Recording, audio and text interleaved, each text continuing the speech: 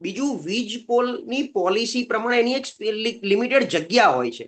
પછી જેમ બીજા ખેડૂતો ફરિયાદ કરે છે કે અમારા ખેતરમાં વીજ પોલ નાખવા આવે છે, પછી અમારે બી અમારું ખેતર છે સાબિત કરવા માટે 7 બાર બતાવવાના છે કે આ અમારું ખેતર.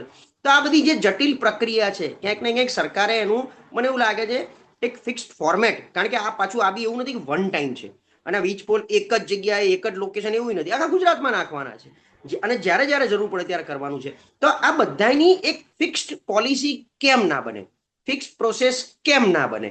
દર વખતે આજે સહાય બી આપવાની હોય, જેમ ગઈ વખતે 10,000 કરોડ ચૂકવ્યા, આજે જો સહાય ચૂકવવાની થશે તો ફરી પાછી ખેડૂતોને એ જ માથાકૂટ, 7 બારે આપો, પાણીપત્રકે આપો, ફોર્મ ભરો. સાહેબ તમારી પાસે ડેટા છે જ અને 2 હેક્ટર સુધીની તમે સહાય ચૂકવો છો, તો દર વખતે ફોર્મ ભરવાની ફોર્માલિટી શેના માટે? આને આપણે ઓટોમેટેડ કેમ ના કરી શકીએ?